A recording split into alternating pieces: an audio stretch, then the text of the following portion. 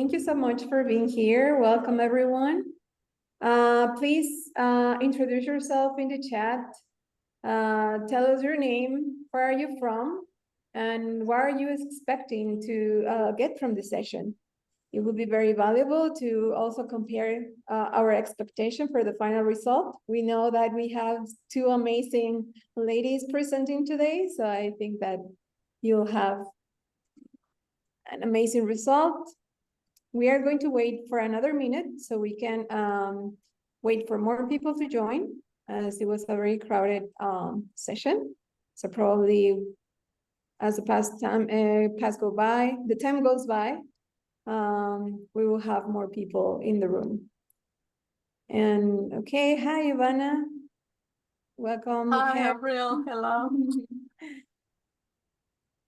And thank you so much for those, Kelsey, Miguel, for the ones that are staying for the sessions. That is commitment. Thank you so much. That means that you're enjoying the content.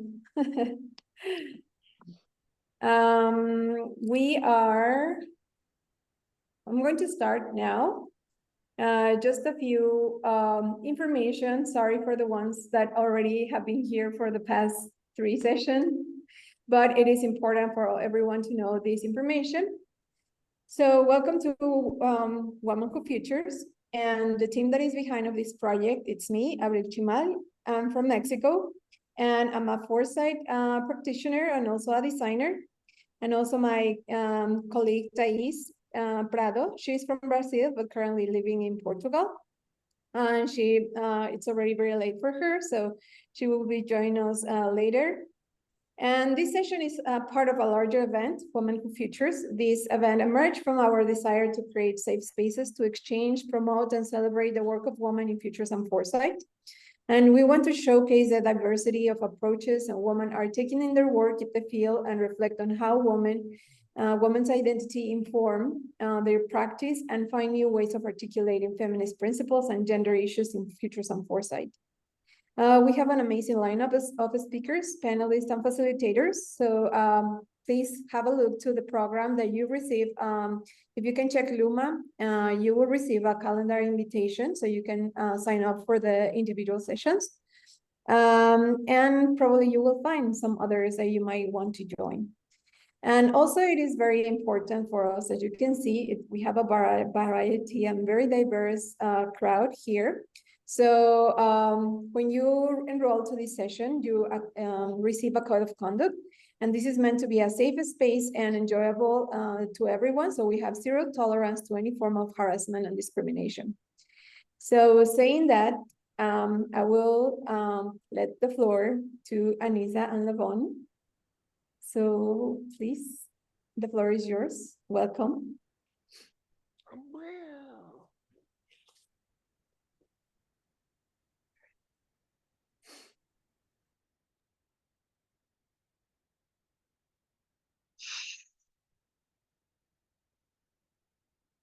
So while Anisah is starting to the screen share, I'll introduce myself really quickly. I'm Lavonne Leong. I did my PhD work at Oxford in literature and narrative structure, and then I realized that future studies really had my heart. So I got my master's in strategic foresight from the University of Houston last year. So with CC or Anisah, I run the Journal for Future Studies Community of Practice. Our goal is to make futures more accessible globally and to sort of shepherd and create and nurture a global network of futurists. Okay, so what brought me here was very much The Ways of Knowing, written by Waldman and Inayatullah in 1996. And as I constantly think of how we advance future studies and how to globalize it, and very much about teaching and doing, working on futures work, and how do we use a more variety of frames in creating and processing what is taught and learned. So my name is Anisah. You can call me CC, and check out my profile on LinkedIn, and Lavonne's profile is there as well, so to get a little bit of our background, and then we can begin. So Our inspirations were drawn from works of Ivana, who's here today. Very glad. Thank you so much for your support. And Rian Esler, Elise Boulding, Jim Data, and Bell Hooks. So I would like to draw on the words of Ivana here. And I pulled this passage out from her article, The Masculinization of the Future and of Future Studies, because I felt this brought me to realize that a lot of the things that we know, are familiar with, seldom I seldom question them, like the Holy Trinity. And I was like, when I read this, I was blown away, you know. Then and also the symbols, and I seldom question. So this brought me to think there are many things and many ways of seeing different things. So, and which is why we have this session today. Lavonne? Sure. You know, Anisah, I think it might be worth just talking a little bit more about the symbols and going back, because there's so much in that last screen. And I was kind of intrigued because you brought this to my attention. You know, it's I really loved, Ivana, your point that when God became male, all of our frameworks shifted to a masculine framework, and so time became male. The future became sort of a masculine construct, and just moving from there, the kind of the symbol of Aries, right, the god of war, is essentially progressive, right? It's literally an arrow. It's literally linear. It's literally unidirectional. While the sort of feminine symbol for, you know, Venus or the female in general it's stable. It's downward pointing rather than sort of upward pointing. It's sort of in the middle rather than directional. And to me, that started to suggest equilibrium. It started to suggest a stable system. It started to suggest all of these things that we're starting to value more and more as we lose stable systems. Sorry, I didn't want to interrupt you, but No, it's great. Okay. So another one of our inspirations, we were, and of course, Ivana's work passes through here as well, is the work of Rian Eisler. She is, as many of you probably know, an Austrian social systems scientist and a self-described futurist. And she's considered the originator of cultural transformation theory.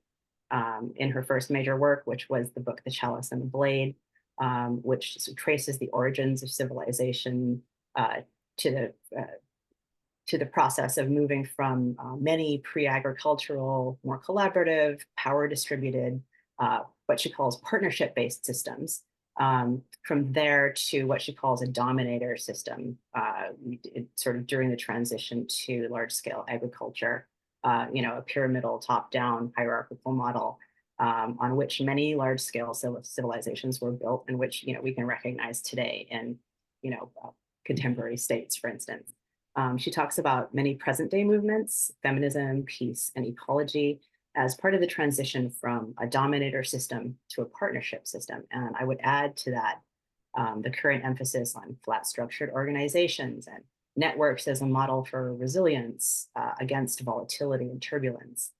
In which case, to borrow the Three Horizons model, the current authoritarian backlash against many of these things would put us squarely in sort of Horizon 2, that sort of middle space where it's a transitional period where the older model and the newer models are contending.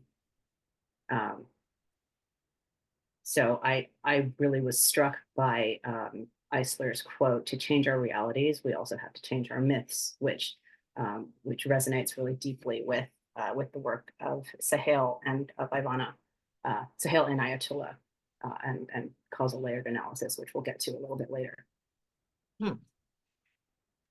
Right. And then we move on to, and this is another piece that I pulled up from Ivana's work, highlighting Elise Boulding. And she talks about, you know, an image of a gentler society, where she brought up some of the leverage points of how women were more family oriented, and we were thinking about, nurturing the younger children and also caring for the society. So I felt that this could be, another lens of how we can actually visualize a more gentle society, and, rather than the more masculine way of always looking at how to win a war and, what's our target. And, it's always zoom into one particular point or spot in a society rather than being more inclusive. So, and here it says like a women's triple role of breeder, feeder, producer, which I think women can resonate with that, and women can bring a radical different imaging and therefore crucial for creation of more sustainable, peaceful world. So I thought this section here is so powerful. So based on all this, so our work, Lavonne and I, we co-founded a community of practice. We call it JFS Futures Community of Practice, where we explore, examine, and experiment. And I'm taking this quote from Ways of Knowing by Sohail Inayatullah and Wildman, and how cultures are embedded in diverse ways of knowing, how individuals teach formal action research and spiritual, and learn the world, action, science, technologies differently. The educational challenge ahead of us is to pass the rich diversity of culture and ways of knowing to the future generations. So this is very much my philosophy when I teaching futures at Tham Kang University or in the workshops that I do. And I think the way in my consulting work as well, I feel like I still spend a lot of time when I'm doing consulting work. I'm not as quick as some of the consultants where they go in, bang, bang, bang, and bang out some strategies and out. For me, I was really very much wanting to educate the clients and hope that they can take over the work by themselves, they can grow and develop their own futures muscle, so to speak. Okay, so the next bit here is we would like to get on to some discussion. So our question would be, is future studies genderless or gender bias? What are your thoughts? If you could put your ideas on the chat box, that would be great. And how can future studies be more fluid, plural, and inclusive? And there are two quotes I put here. Maybe Ivana can jump in here about your future, the Lu. And this is really interesting, so I put it here. Yeah, thank you so much, Anisah. I really appreciate it. I especially appreciate the acknowledgement, because often in the area of future studies, we are reinventing the wheel. And I think it's important to acknowledge those that came before us. Certainly, I made that effort with Elise Boulding, Ryan Eisler, and many others. And I would also like to acknowledge verbally now Karen Hurley, who is here. And we've done some work also together, including editing a special issue of Feminist Futures for Journal Futures in 2008. So there is quite a bit of work being done already, and we are building on that. But I was kind of a little bit early in this area. I entered in 1990s, and my library metaphor was based on argument I had with Jim Dater. who was one of the founders of Future Studies, and he's I think one or two generation, well, I don't know, one generation before me. He's I think close to 90 or maybe already 90, so he was already established.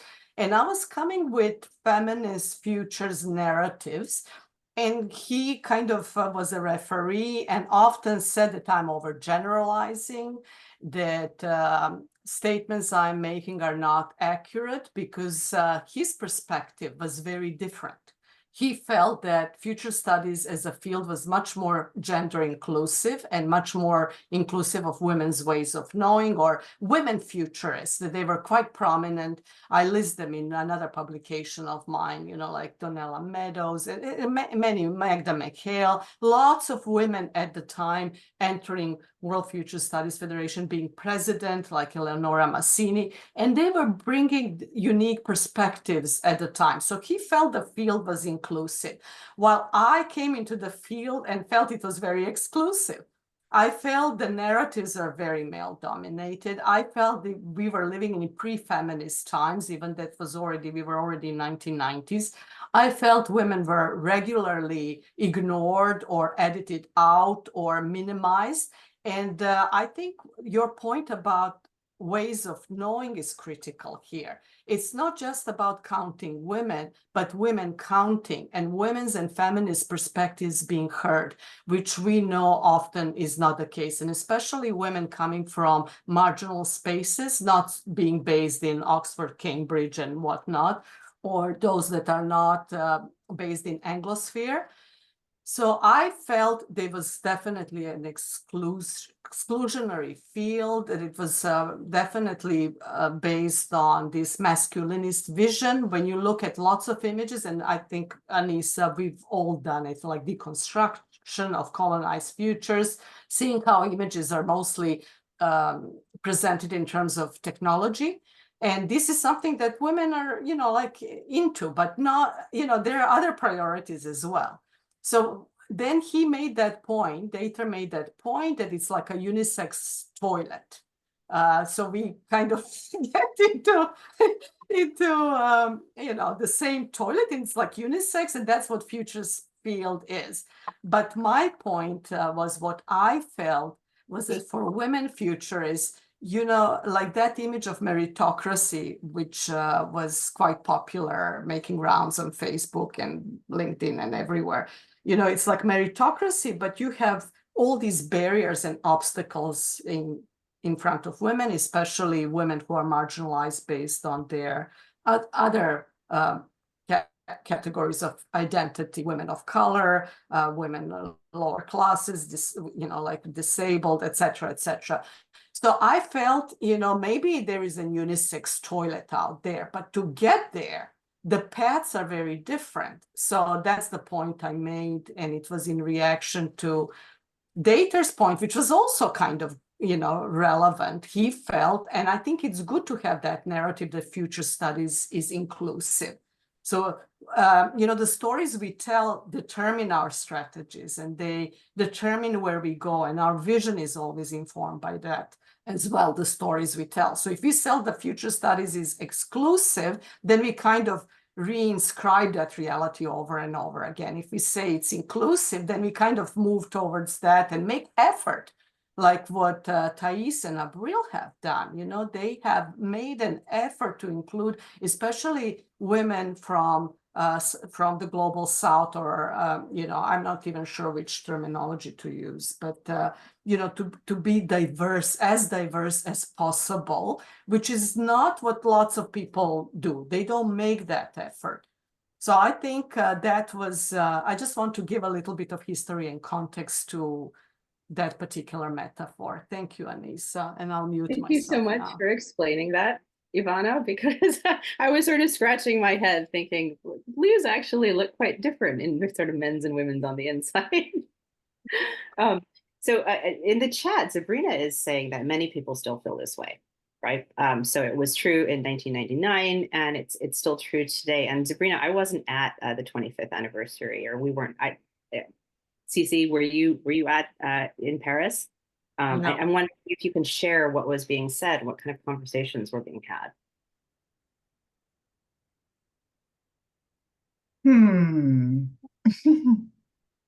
So it was no, I mean, it was still, you didn't really have to say much. All you had to do was just kind of stand in one spot and watch what was happening, like watch who was gravitating to whom, who was talking to whom, who was sitting, just like a lunchroom, everybody was sitting with their friends. And so for the for the emerging fellows that were there, for the new futurists that were there, for the new generation of futurists that were there, we were all kind of hanging out. And every once in a while, someone would have a conversation here or there because they perhaps were, working on a project with a particular futurist or so. But other than that, there definitely wasn't the like let's, let's get to know who these new futurists are. There wasn't that. It was really an emphasis on, and I can understand part of that because of COVID and it had been so long since everyone had seen everybody. But yeah, it was like that. I didn't get the feeling that people were mean or, unwelcoming per se, but just kind of fell into the patterns that they were used to. And then I did have a couple of conversations with some, well-known futurists about what they were working on. And then kind of all of my antennas on all of my intersections just kind of went up, in terms of what they felt was important in terms of the work moving forward. And and so my question was, well, what are the implications of that? And so there was, a lot of explaining and thus and so. That's all I'll say. Got it. Yeah, I love your metaphor of our field is a lunchroom, because sometimes it really can feel like that, right? Just sort of about access and who you know. And Ivana, when you were talking about access, I was really nodding along. And I was also thinking with respect to future studies being genderless or not genderless, when you're talking about a meritocracy, even if you do provide access to women or to people who are not male, how are you determining what is what has merit, right? How are you determining who is better and who is not better? You've still got that sort of hierarchical model in place of climbing a ladder, right? That's inherent in kind of the meritocracy model. And I was just kind of thinking back to, I was talking to a male futurist the other day who works in Europe, and he's non-white, but he said he would love to do more deep work, more work that isn't about winning, because sometimes I feel like a lot of foresight, especially strategic foresight, it is about sort of winning the future. And he'd love to do more stuff like CLA and other tools that that ask you to question your assumptions. But he said it's hard to get people to pay you to disturb their deepest assumptions. So I thought that might be worth talking about too. What kind of futures work gets funded? Yeah. What about others? Sorry, go on, Yeah. Susie. I would like to also add, like Ivana gave a little bit of background about some of the work done by other women futurists, and I'm picking up from Data's 1992 speech that he gave in Korea. So he also talked extensively about who was doing what kind of work and what some of the distinguished women futurists, and I would like to highlight here, and I posted that on chat, where Massini was talking about how women are becoming more and more aware of being at the periphery of power wherever it is. And she said this, I believe, is the historical moment of peripheries, the awakening of awareness. And women can thus build liberation zones in which women recognize themselves, organize themselves, find their common needs and aspirations, and find their methods of defense.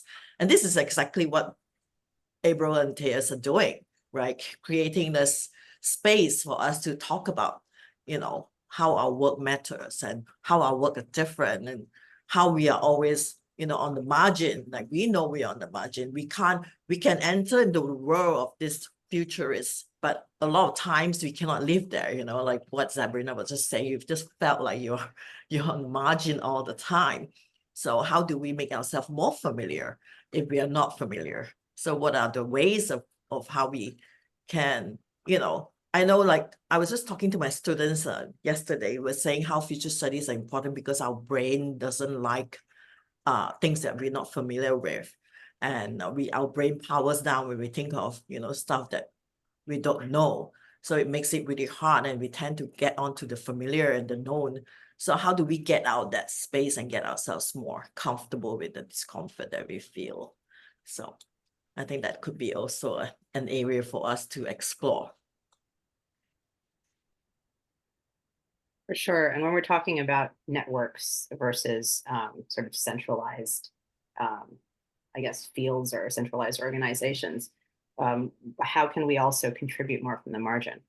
How can we, instead of having margin and center, how can we become part of it, a sort of a network? I think April has a hands up. Yeah, I'm going to speak about my experience. I think that I'm very privileged because I land with amazing people like Jose Ramos and John Sweeney, who are incredible mentors, and they have always encouraged me, and they are just amazing. And I'm very, very, very fortunate because of that. But also, I feel what Sabrina was saying. When I wrote the paper of the future of women in Mexico City, I found very, very hard to, although I acknowledge all the female futurists that came before me, and I find it hard to find something that can relate to the context of Mexico.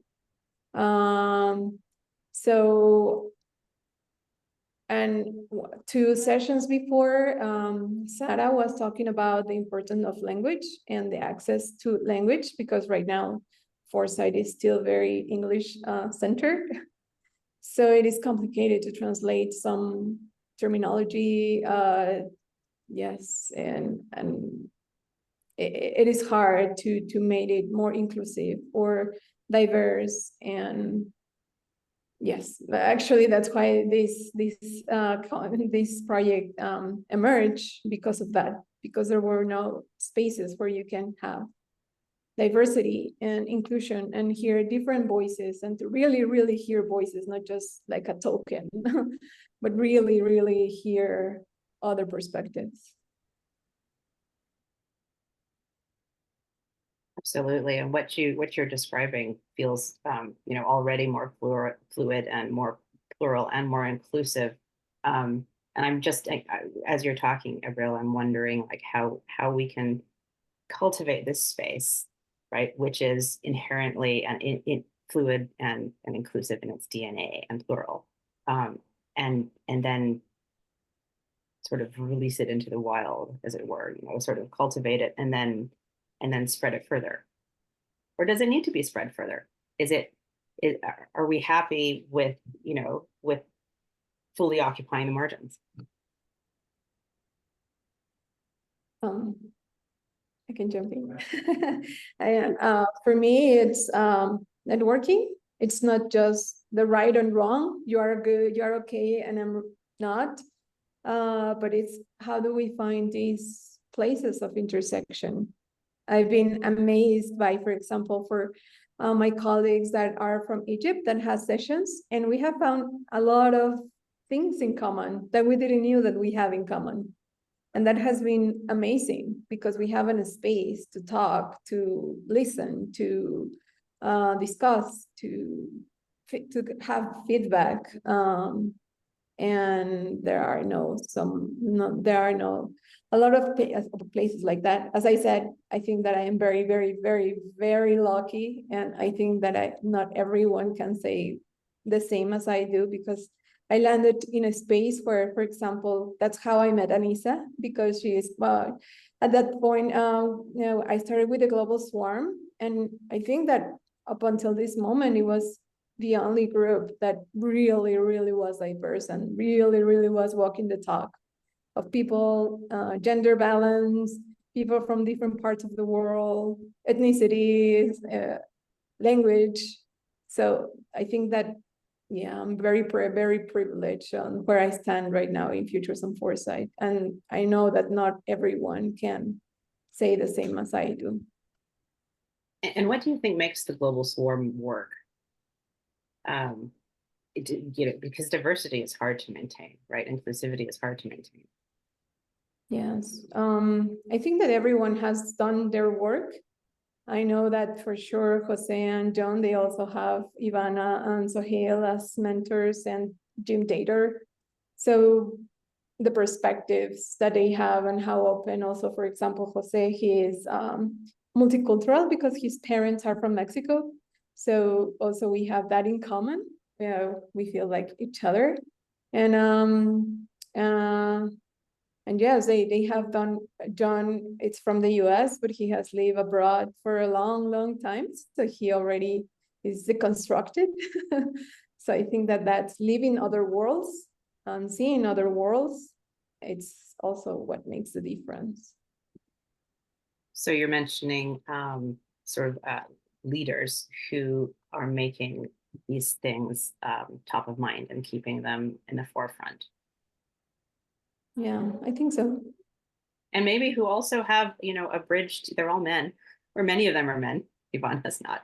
But I'm noticing that, this sort of core of mentors is often male.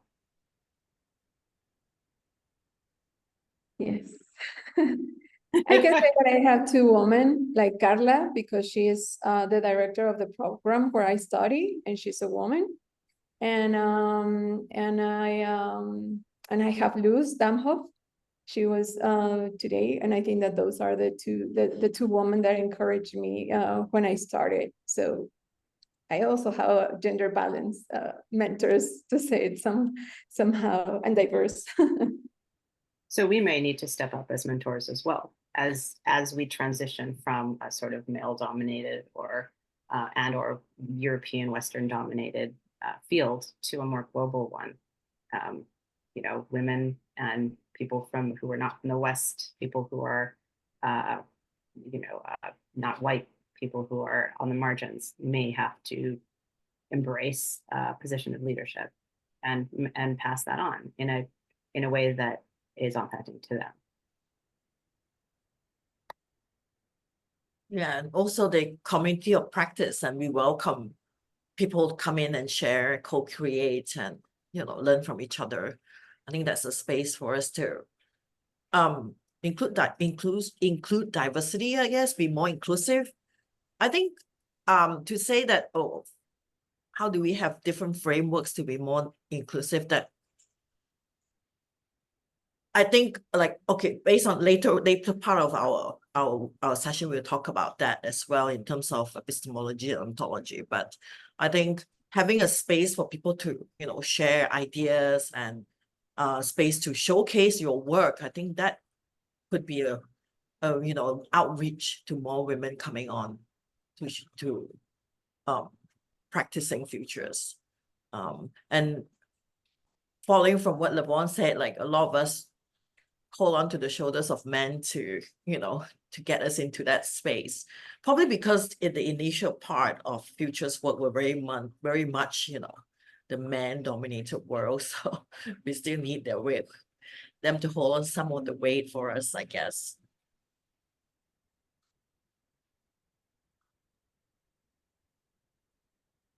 Absolutely. I think we can probably move on from this slide, though. Okay. What have we got next? Easy. Oh, yeah. So this is the demasculizing time. We would like to do an activity with you right now. So the activity is, let's not talk about time the way we know. And one of the questions I would like to ask the group here, there are 18 of us, and how would you talk about time without referring to the calendar or the time on the clock? Would you write it on the chat box? How would you refer to time without talking about which day, which year, what time it is? If you're talking about an event in your life or an experience, very good, cyclical time from nature. Yeah. So my experience with this, why I came up with this was, I was brought to do a workshop with a group of teachers in the village of Dankawali, the school that a colleague, Kuvule Kamara in Sierra Leone.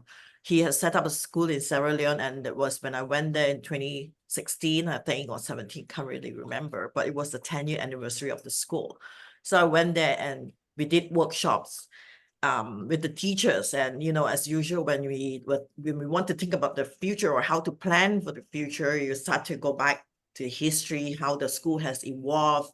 So what I did was I plastered this flip chart white paper on the wall and give them each, you know, post-its for them to write, and ask them, what are some of the events that you have you experienced about the school? Do you remember them? What was so significant about that? So I wanted them to stick that sticky notes on this line that I've drawn, you know, from the inception of the school. Then I put down the years right up to date, and then what they want to see in projection 10 years ahead. So I put that timeline then and asked them to put on sticky notes onto the wall.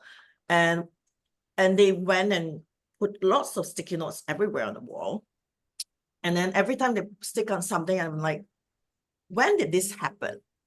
And then they looked at me and they just like didn't understand what I was saying.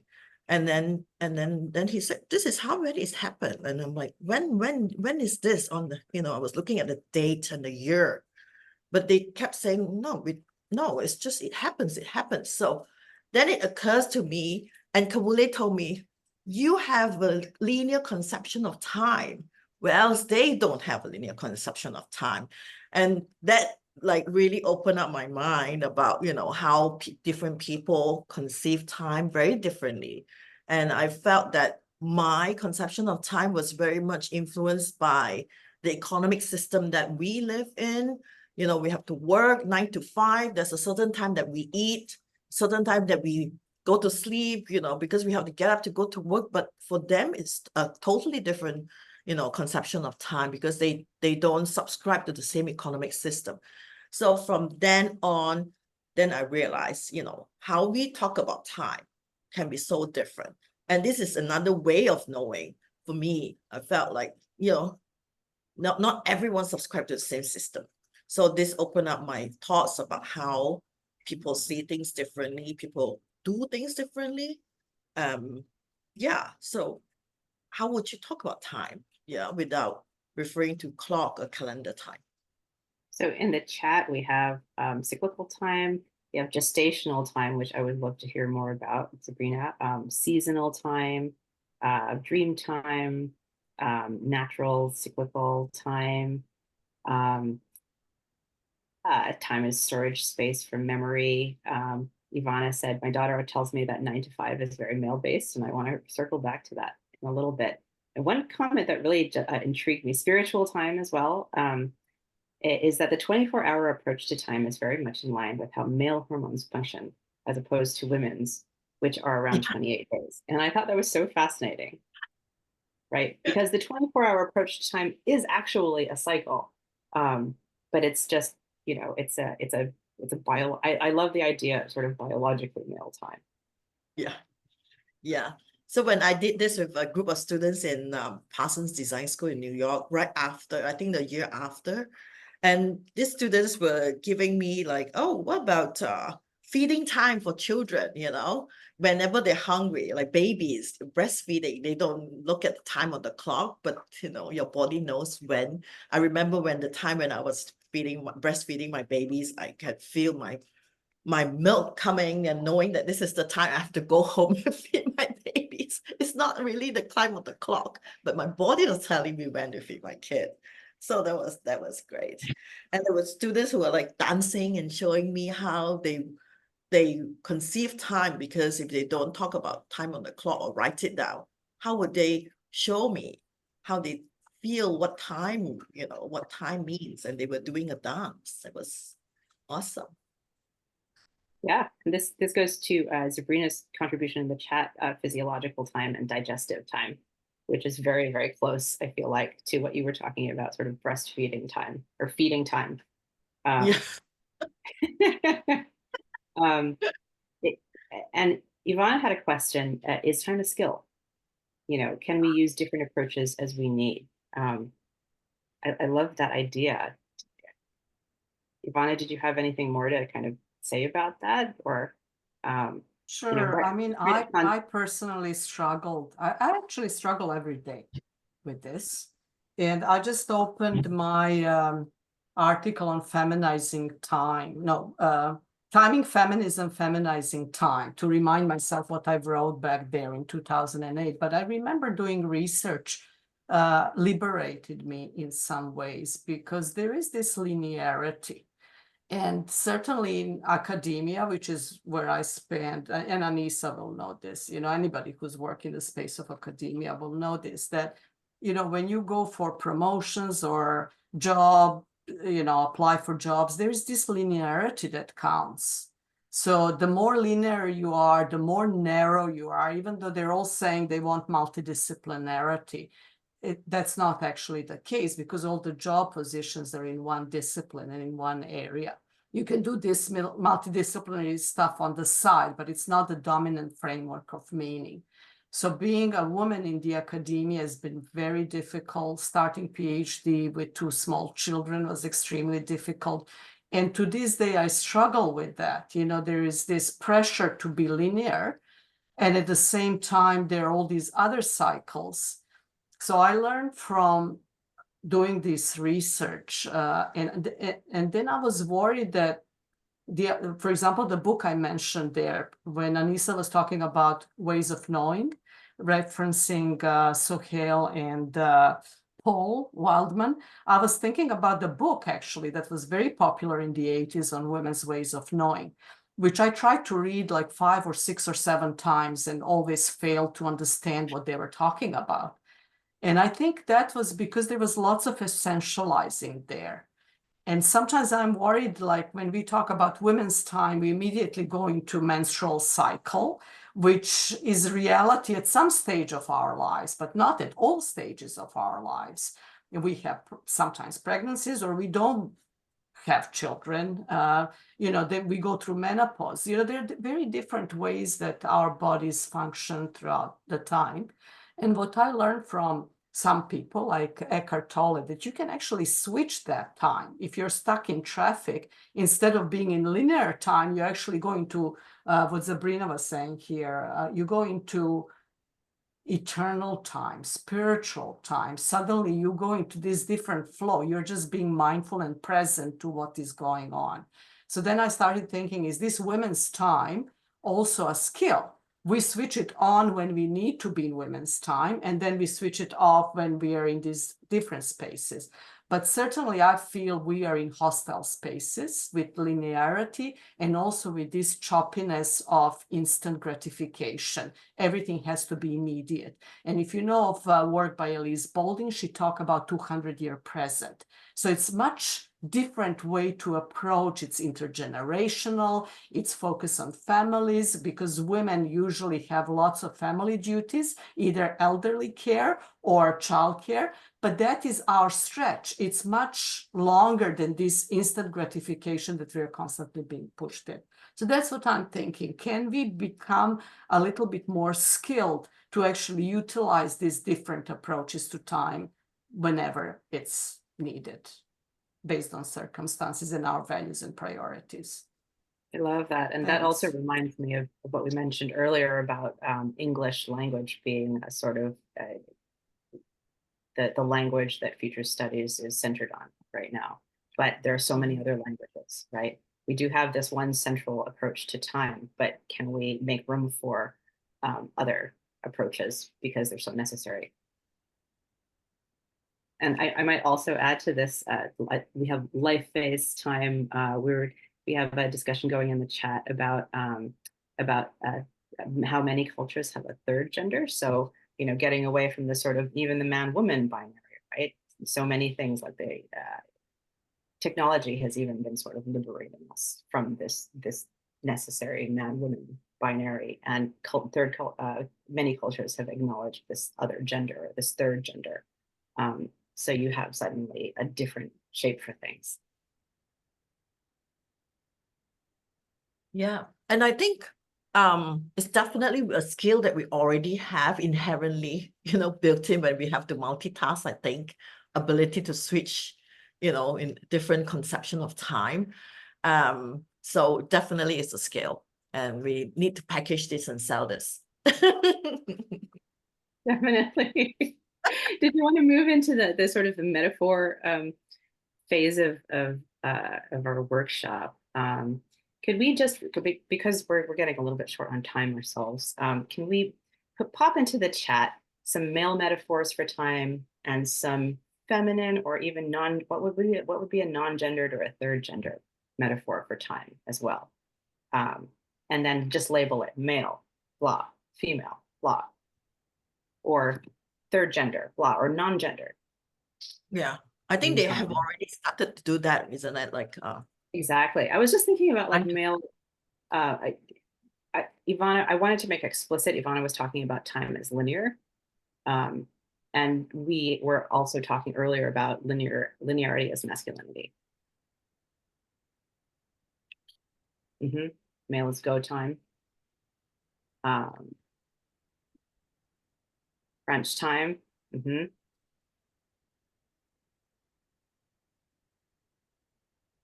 For sure, there's this very intense, very kind of short-term sprinting, kind of all out.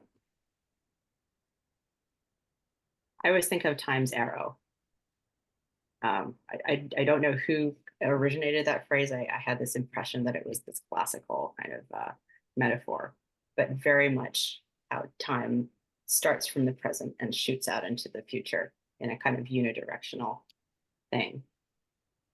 Women's time as intergenerational, long-term, family, similar to some indigenous people's metaphors. Maybe that's a hidden sort of feminine approach, because what is future studies if not long-term?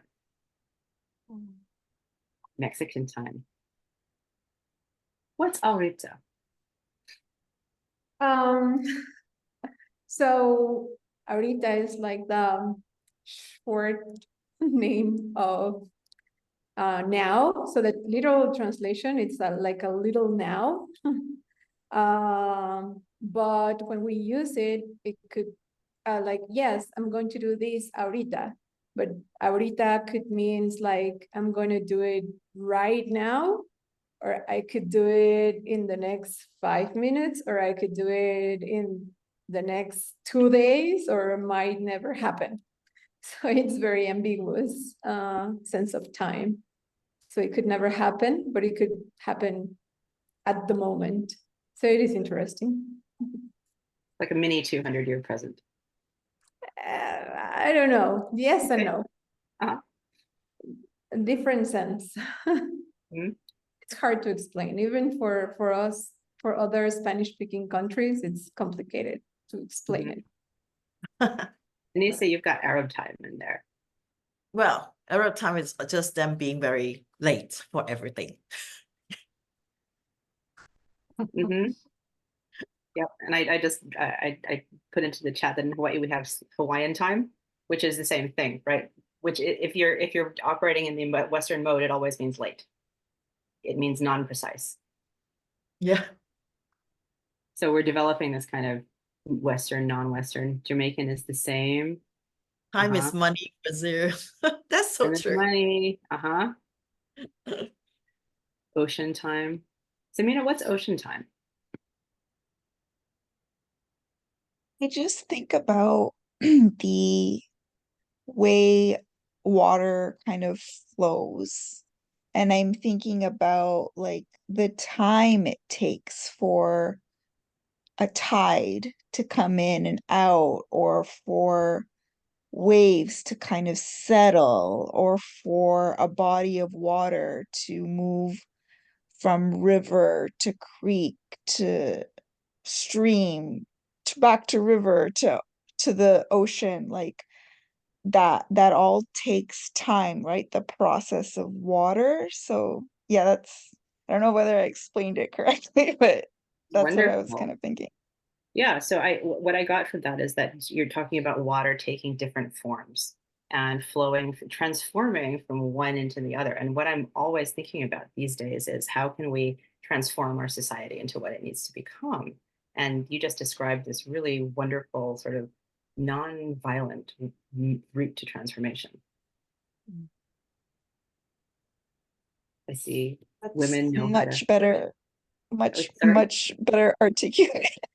And I also think like just not even necessarily the water taking different forms, but like the time water takes to be water, right? Mhm. Like to be its inherent properties of flow and movement, like that movement is naturally tied to a cycle, it's naturally tied to a time. So, yeah. Yep, well said. All right. Should we move on to the next bit? Yeah. Okay. So, so we would like to take the group to look into how we might want to deconstruct the issues that we have discussed so far, using the causal layer analysis, so that we can get into the, to the myths of the deep stories that is so ingrained in what we know and how we practice futures. So for those of you who are not familiar with the causal layer analysis, and so this is developed by Inayatullah, and it's published in various places. One of this diagram, I got that from his publication in 2019. And so the CLA is consisting of 4 layers. So they have the litany as at the surface of everything that we see often as headlines in newspapers, or in today's world, it will be on your Instagram or on your Twitter, on LinkedIn, what's currently happening. And then if we dig one layer deeper, would be to understand what are some of the systemic causes for why those issues are happening. And then if we go a bit further, would be what are some of the worldviews that is perpetuating that, that system that we design, the policies that we have. And then the next layer further deeper would be the stories, the unconscious dimension for those issues arising. So Lavonne, you have the questions for this? I do. I will put the question into the chat.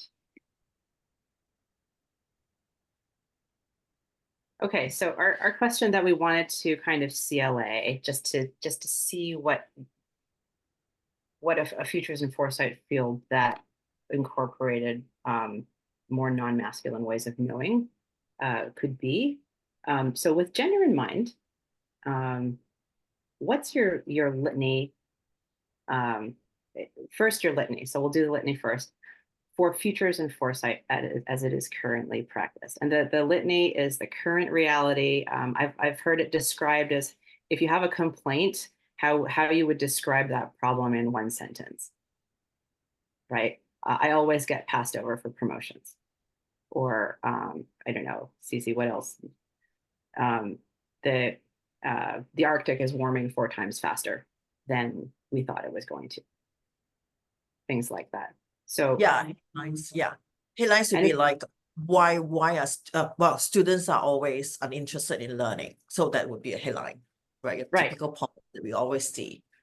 Exactly. Yeah. And if you could, Cece, did you want everybody to do litany and then everybody to do systemic, or shall we just have people write it down and then? Yeah, so what I have on the chat is I put down the 4 layers. So what we're doing now is looking at the current reality for the 4 layers. So if you could copy the labels I have on the chat and put in the issue that you would like to, discuss, and perhaps think of what are some of the systemic causes for that issue, and also writing the worldviews and the metaphors for it.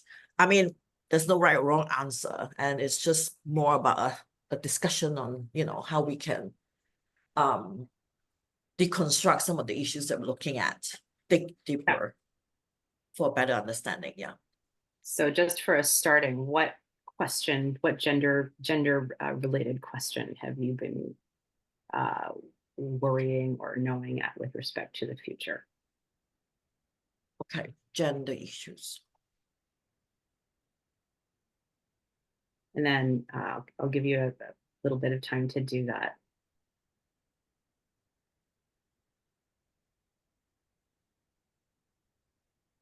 And then we'll move on to systemic causes. So what about the system? This one is, what about the system that exists causes this to be so? So I always get passed over for promotions because I do cross-disciplinary, multidisciplinary work, and I focus on that. And the system is set up to reward single topic, very, very focused linear work.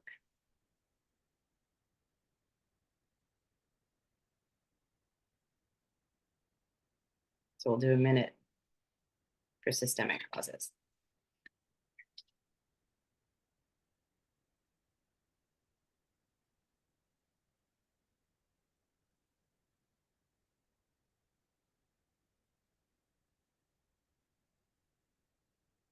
And let me know if you need to go slower, faster.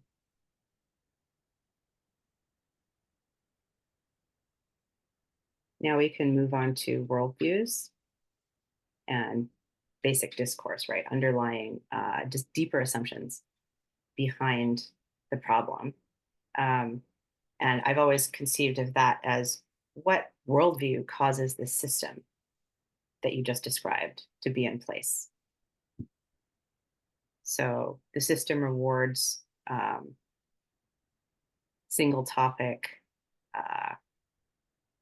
analyses, and therefore I get passed over for promotions.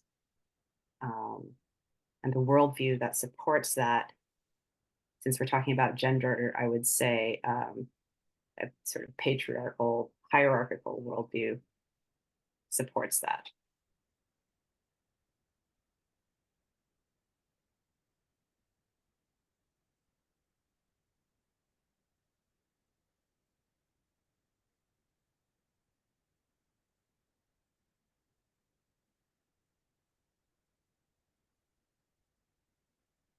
Or the worldview that picking a horse and riding it is better than standing and appreciating all the horses. And lastly, we'll move to myth and metaphor. What kind of myth or metaphor, I have a lot of fun with metaphors, underpins this worldview? And for the example that I'm doing, it might be the biblical worldview of Adam and Eve, and Adam being created to take care of and be dominant over all of the animals.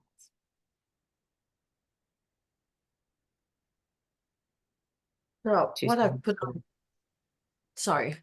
Go ahead. Just to share what I put on the chat, on litany, literature for futures are male dominated, most part of it. So we continue to perpetuate those knowledge because we have to reference, when we write, we have to reference to, most of the literature that has already been there. And so the systemic, possibly some of the causes for this would be publications and journals were Western male dominated, the earlier ones. And then worldviews would be the pioneers knows best and the knowledge from the elites. The metaphor for it, I'm thinking a castle, a knowledge castle, like how it's always exclusive. Yeah. Built to keep people out. Yeah.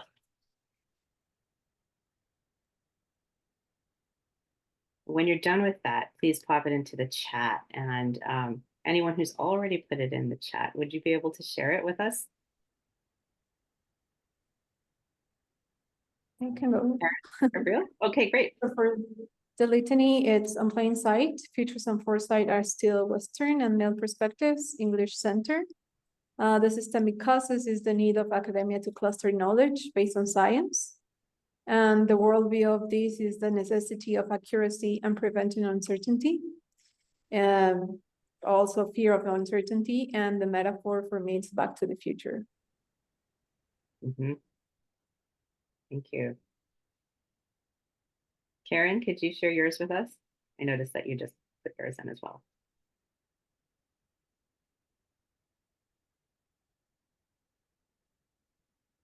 stepped away. I'll read it out then. The litany is: the future is white, male, American, and dead earth.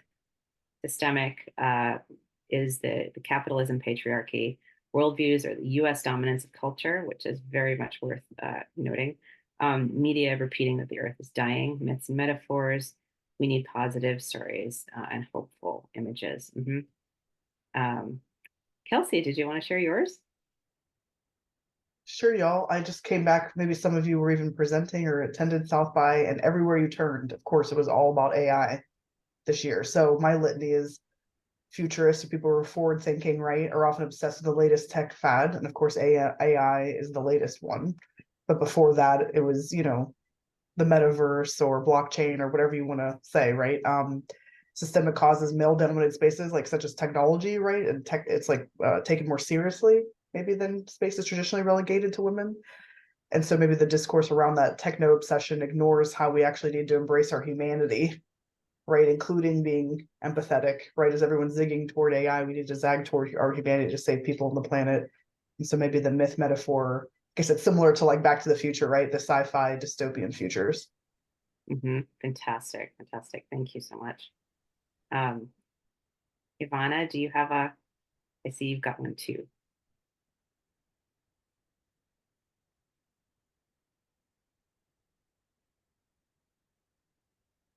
Or maybe we can move on to Emma. Yeah. Sorry. No worries. No, you go. I forgot to unmute myself. Yes, Okay. please, you go, then I'll come back. All right, Emma, we haven't heard from you yet. Would love to hear about your yeah, I guess this is reflective of something that we're just thinking about a lot in our work at the moment. So the idea that the litany is that there's kind of a very narrow epistemic approach or worldview when it comes, and really thinking here about whose futures we're thinking about, so communities, populations, systemic causes, kind of a discomfort with the other or a lack of understanding, knowledge, empathy for those that we consider other, a worldview then round about how if we start to expand who we think about, that it threatens our own power. And then the myth kind of that there is a single future that will be right for everyone. Absolutely. Yeah, very, very good point that there's not a good future depends on where you stand and who you are. For sure. Now, Bashir, I noticed that you've raised your hand. Actually, just I wasn't able to complete the CLA. However, on the techno-authoritarianism, technocentrism, or techno-engineering, it affects indiscriminately both men and women, because especially humanities is targeted. I have seen the first wave of that way back in 99 in my college. We had a professor of engineering who become the university president, and the first order of business was cutting down the funding for all humanities, social science, international studies, and boosting the funding for engineering, and telling the humanities professors to go and get their own funding. And unfortunately, that mindset has reached all the way up to Turkey, even to this day. And your professors, for a professor to gain full professorship, they have to prove they have made 5 years of revenue and made income besides their post. So that has a stringent male mentality. So just as an example, illustration. Yep, it sure does. Thank you so much for that contribution.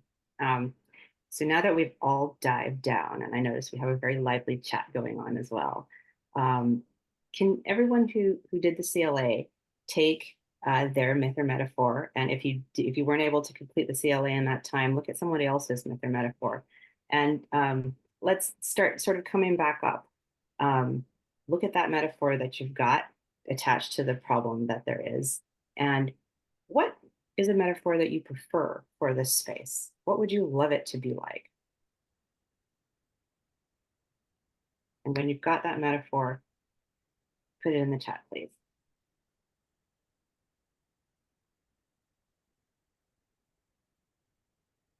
You could transform it.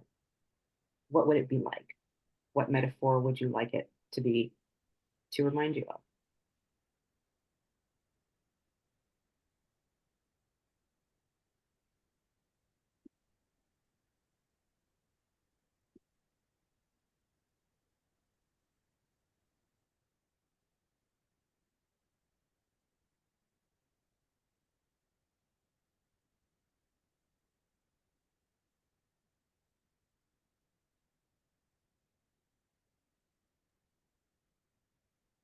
We've got time is beautiful and enjoyed by all. Good life. Buen vivir. Dolce vita. Many of these already exist in cultures that are not English centric. I was thinking about the futures as a lunchroom versus, where everyone sits with their friends, trying to come up with a better metaphor, what I would like the whole field to be like.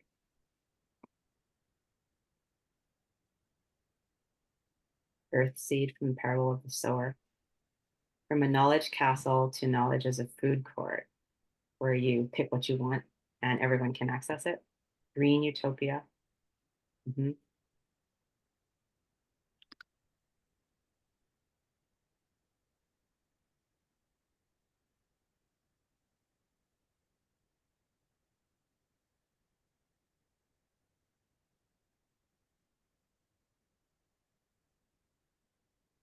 Abdullah, thank you for posting that. Okay, so I'm going to turn futures as a lunchroom where everyone sits with their friends to futures as a community garden where everyone has access and can grow and what they want and appreciate others.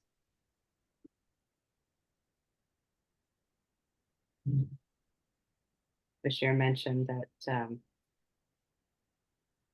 at the university he was talking about the humanities were not reinstated, and that's happening at universities everywhere.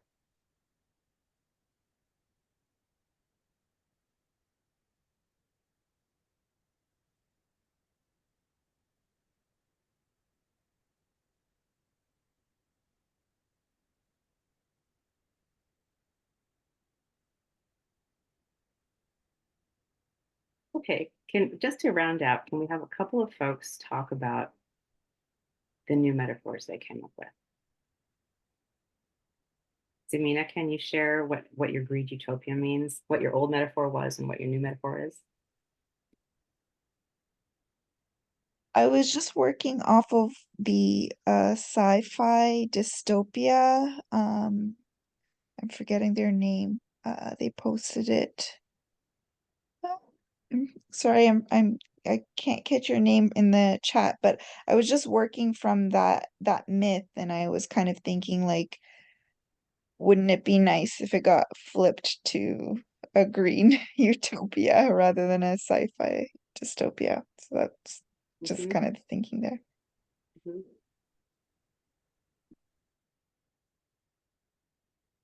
Peng, I see that we have Earth Seed from Parable of the Sower.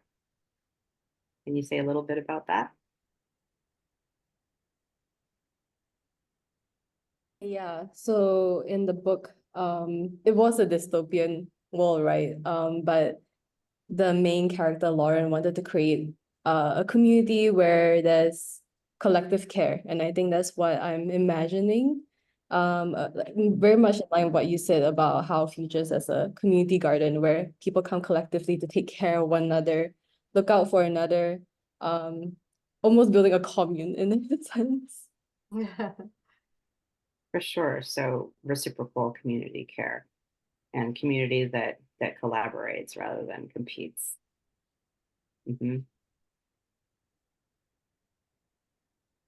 We've got a lot of collaboration, mutual thriving, big access.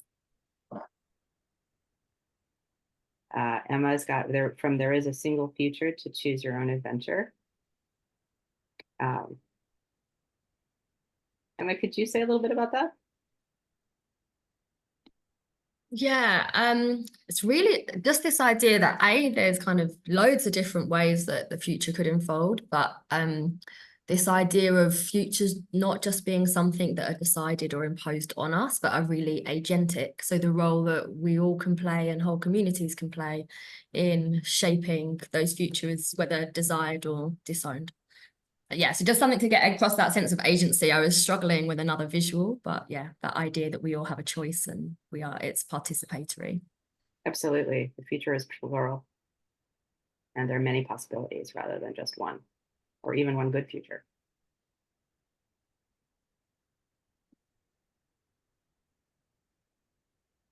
Okay, I'm thinking that maybe everything we have time for today. We've gone from problems to solutions, and we've changed metaphors. I hope that you all go away from here with the feeling that the future is plural. The future of our field is also plural. And the question that we'd like to leave you with is, how can we use what we've learned here and what we've talked about here to redefine the endpoints and the ways of knowing that underpin future studies and the ways that we talk about the future. I'm always thinking about what other tools we might need and how can we go about creating them in a way that emphasizes all of the values that we talked about. Cece, did you want to add anything? Yeah. Yeah, this was my thought when I first encountered the concept of time, the linearity of time, and how would this assumption, like linearity of time assumption, how much of it has this dominant assumption, how much has it shaped the framework and tools that we've been using? Because some of those tools that we use might not make sense to a certain group of people. So how do we improve that? And I think there's so much space for us to, really explore it. So I think that question is really relevant. Absolutely.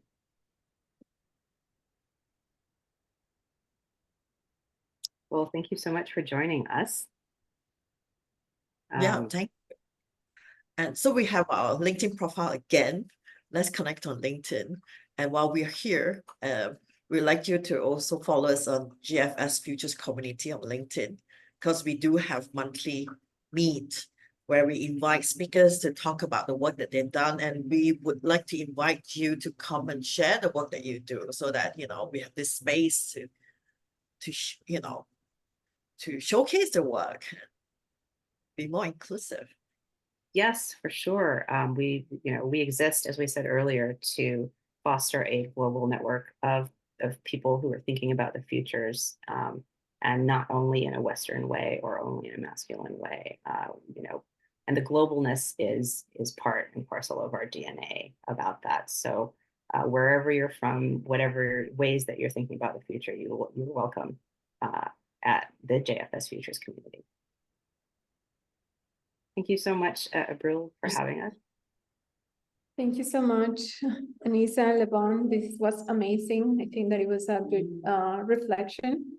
Also, we have like a couple of minutes and probably maybe just to hear some general thoughts about the audience, how they take this session, what they are taking from this, just a quick word or sentence in the chat. That will be very helpful for us as a feedback, and also to keep improving in our sessions and to bring more amazing people like you both. Thank you, Ivana.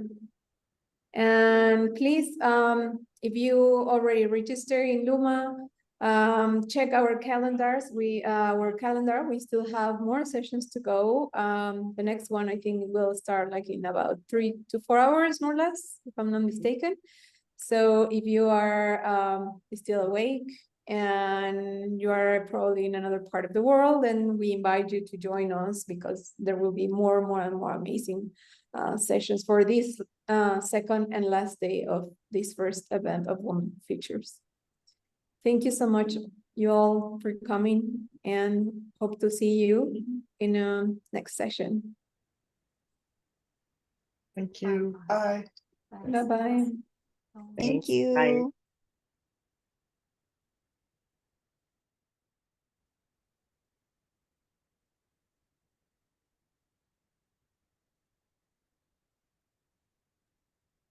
Thank you.